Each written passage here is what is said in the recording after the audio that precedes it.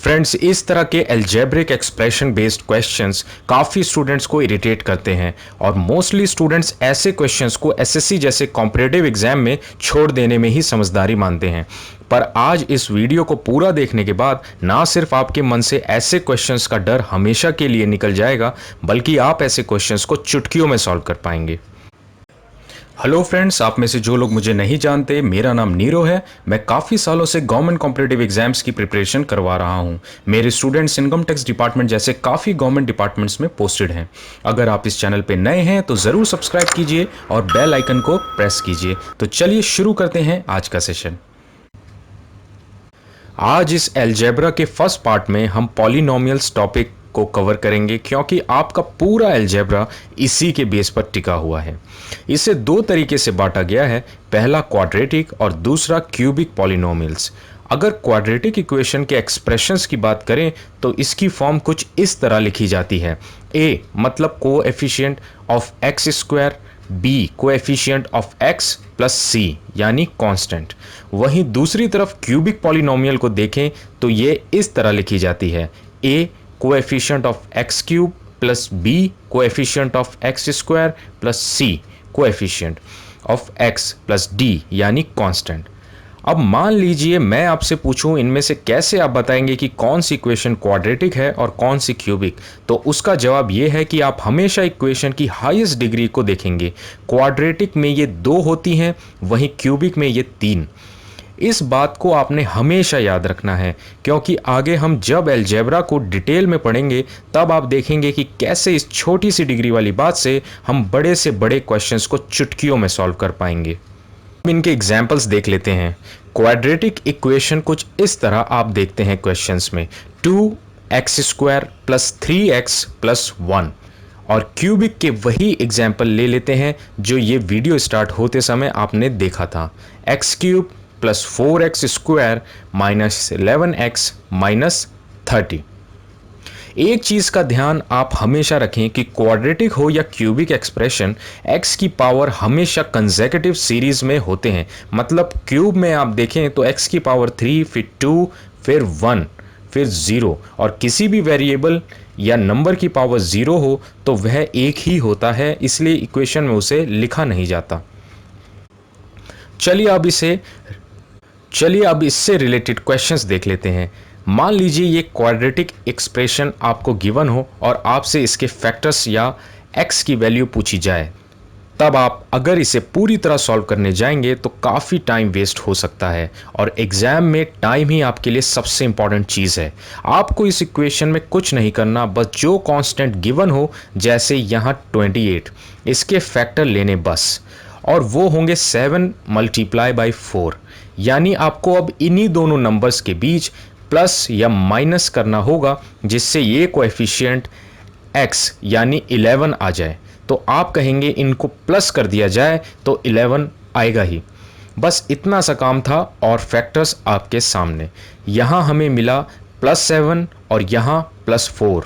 आगे हम अगर इनके x लगा दें तो ये आपके कंप्लीट फैक्टर्स हो जाते हैं क्वेश्चंस के, x + 7 और x + 4। अब आपको अगर वैल्यू चाहिए x की तो वो आपको पता है। मैं उम्मीद करता हूँ आपको अच्छे से समझ आया होगा। चलिए अब नेक्स्ट क्वेश्चन देख लेते हैं। अब इस क्वेश्चन को देखिए, यहाँ 4 के ऐसे फैक्टर करने होंगे जिसको प्लस या माइनस करने पर हमें -5 मिल सके, और वो होंगे -4 मल्टीप्लाई बाई -1।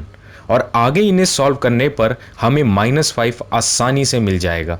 मतलब हमारे फैक्टर्स हमको मिल चुके हैं, वो हैं x - 4 और x - 1। अब x की वैल्यू की बात करें तो वो होंगे 4 या 1। चलिए अब एक थोड़ा अच्छा क्वेश्चन देख लेते हैं। इस क्वेश्चन में भी आपको सेम 15 और -11 को ही देखना है। एक चीज़ का ध्यान रहे, आगे 2 कोएफिशिएंट है x² का, मतलब सबसे पहले इसे आप 15 से मल्टीप्लाई कर देंगे और फिर जो वैल्यू आएगी उसके फैक्टर्स हमें बनाने होंगे। यहाँ 30 हम -6 मल्टीप्लाई बाई -5 में स्प्लिट कर सकते हैं, जिससे फर्दर इन्हें सॉल्व करने पर -11 हमें आसानी से मिल जाए। तो हम ये कह सकते हैं हमारे फैक्टर्स x-6 और x-5 होंगे। अब एक छोटी सी चीज़ का आपको यहाँ ध्यान रखना होगा, जैसे पहले आपने 2 को मल्टीप्लाई किया था, अब यहाँ आपको 2 से डिवाइड करना होगा, वरना आपका आंसर गलत हो जाएगा। तो यहाँ -6 को 2 से डिवाइड और इधर -5 को, यहाँ 2 से डिवाइड करने पर x-3 और x-5 आपके 2 फैक्टर्स आपको मिल गए हैं। यानी x की वैल्यू या तो 3 हो सकती है या 5/2। आई होप आपको ये क्वेश्चन समझ आया होगा फ्रेंड्स। आइए फ्रेंड्स, अब इसी तरह क्यूबिक इक्वेशन को देख लेते हैं। इस क्वेश्चन को आप देखिए जी, आपने बिल्कुल ठीक सोचा। यहाँ भी हम इस 18 को ही फैक्टराइज करेंगे, पर यहाँ इस 10 के अकॉर्डिंग, और यही आपने हमेशा क्यूबिक इक्वेशंस में ध्यान रखना है। अब 18 को भी फैक्टर करते टाइम क्यूबिक में ये ध्यान रखना है कि फैक्टर में हम 3 वैल्यूज़ लेंगे। इस तरह 18 के फैक्टर हुए 6, 3 और 1, यानी अगर हम इन्हें ऐड कर दें तो 10 हमें आसानी से मिल जाएगा। और यही हमारे 3 फैक्टर्स भी होंगे, x+6, x+3 और x+1। अब x की वैल्यू की बात करें तो वो होंगे -6, -3 या -1। तो देखा आपने कितनी आसानी से आप इसे सॉल्व कर पा रहे हैं। तो अब फैक्टर्स बनाना तो हमने सीख लिया, जो सबसे ज़रूरी काम था। अब देखना यह है कि इसके क्वेश्चंस एसएससी में किस तरह आते हैं एंड वहाँ इसके कैसे परफेक्ट यूज़ किया जा सकता है। फ्रेंड्स, ये क्वेश्चन आपके स्क्रीन पर एग्जाम में पूछा गया। x, y और z 3 फैक्टर हैं इक्वेशन के, तो इन फैक्टर्स का सम बताएं। काफ़ी स्टूडेंट्स इसलिए कंफ्यूज हुए इस क्वेश्चन को देखकर, क्योंकि वो समझ ही नहीं पाए इक्वेशन है कौन सी। आप यहाँ देखिए, ये क्वेश्चन और ये पावर 3, मतलब हाईएस्ट डिग्री 3। आपको बताया था मैंने कि हाईएस्ट डिग्री से आप पता लगा सकते हैं क्वाड्रेटिक है या क्यूबिक। आप अब बोलेंगे कि ये कैसी क्यूबिक इक्वेशन, तो यहाँ देखिए, इसे हम क्यूबिक फॉर्म में लिखकर देखते हैं।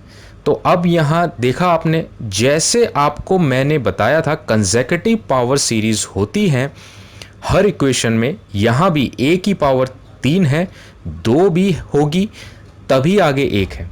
यानी हम ये समझ सकते हैं इसका कोएफिशिएंट 0 होगा, तभी ये पूरी वैल्यू इक्वेशन से ही गायब है।